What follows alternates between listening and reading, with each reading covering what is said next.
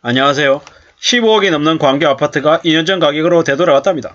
15억이 든 게 지금 10억이라고 얘기하는데 앞으로 광교의 아파트 가격이 얼마까지 내려가겠습니까? 감히 말씀드립니다. 5억, 6억. 지금 현재 10억이라고 하니 지금 가격의 절반까지 내려간다, 안 간다? 내려간다. 이렇게 보면 맞겠습니다. 앞으로 집값이 언제까지 내려가겠습니까? 2023년, 2024년, 2025년, 2026년, 2027년까지 감히 말씀드립니다. 앞으로 얼마입니까? 5년이죠, 5년. 금세 미국의 기준금리가 내려가고 한국도 기준금리 내려가고 집값이 다시 올라가고 금리가 내려가고 이런 일이 짧은 기간 안에 벌어질 수가 있겠습니까? 없겠습니까? 없다라고 보면 맞겠습니다. 미국이 기준금리를 내리려면 최소 얼마 걸리겠습니까? 최소한 2년 걸립니다. 2024년 말쯤 돼야 금리 내릴지 말지를 결정하겠죠. 우리가 알고 있다시피 2022년 1년 동안 금리를 가파르게 올렸습니다. 미국이. 한 4% 가까이 올렸죠. 2023년에는요. 그 정도만큼은 안 올리겠지만 그래도 한 2% 더 올릴 것 같습니다. 그러면요. 지금 4.5인데 한 6.5%까지 가는 건 1도 아닐 것 같습니다. 그런 이후에 미국이 2024년쯤에 금리를 내릴 겁니다. 그러면 한국은 언제쯤 내릴 수 있나? 2025년 말.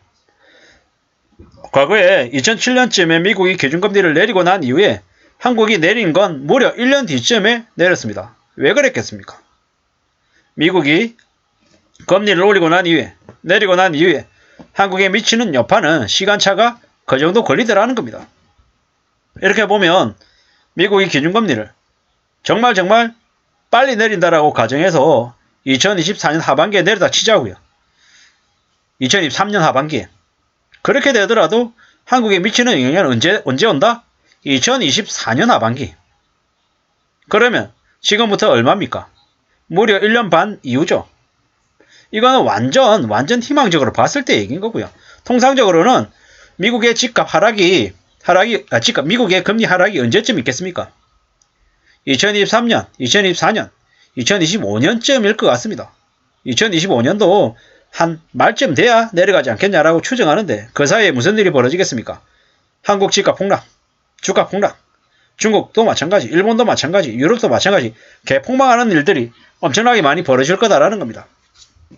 광교가 그렇게 되면 23년, 24년, 25년 어떤 일이 벌어지겠습니까? 10억이 아니라 4억, 5억까지 내려가고 거기에서도 또 지지부진한 상태로 최소 2년은 간다라고 보면 맞을 것 같습니다. 그러면 그동안에 어떤 일이 벌어지겠습니까? 무리하게 연끌하고 갭투기 했던 사람들이 다 몰라간다, 다 죽어나간다라고 보면 거의 맞겠다라는 겁니다.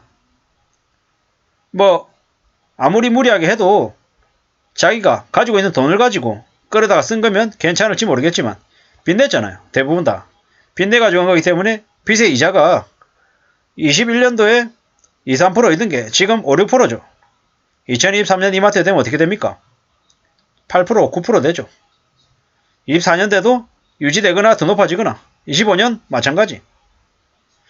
대략 한 3, 4년쯤 지나야 한국의 기준금리가 내려가고 실제 시중금리도 내려갈 것 같습니다.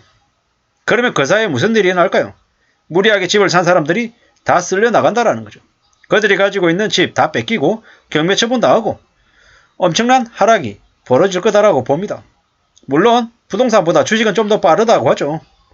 어쩌면 주식은 23년, 24년에 좀 혹독한 충격이 올지도 모를 것 같습니다.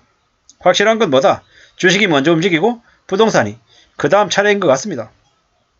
그렇기 때문에 무리하게 지금 주식이든 부동산이든 한 사람들은 초강력한 대책을 세우고 실행하지 않으면 안 된다라는 거죠. 집 내놔도 안 팔리니까 그냥 버티는 게 낫다라고 얘기하는 전문가라고 하는 놈들, 그놈들의 말을 절대 믿어서는 안 되겠습니다.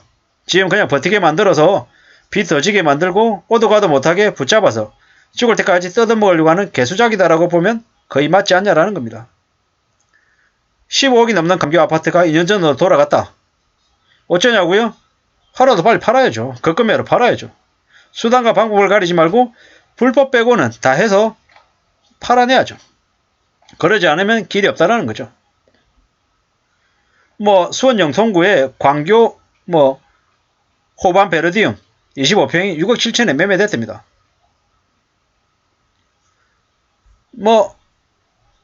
어떻게 될지 계속 봐야죠. 앞으로 계속해서 내려온다는 거죠. 시간이 더 지나면 어떻게 되겠습니까? 영통구의 광교 30평대가 6억 3천이랍니다. 어떻게 되겠습니까? 나중에 심한 경우에 3억 4억도 될 수 있겠다라고 보면 맞을 것 같다라는 거죠. 10억이었다 12억이었다 이렇게 얘기하는데 어처구니 없는 얘기인 거죠. 광교 집값의 낙폭은 서울시와 1, 2위를 다툴 정도로 심하다라고 얘기합니다. 앞으로 계속 지켜봐야겠죠.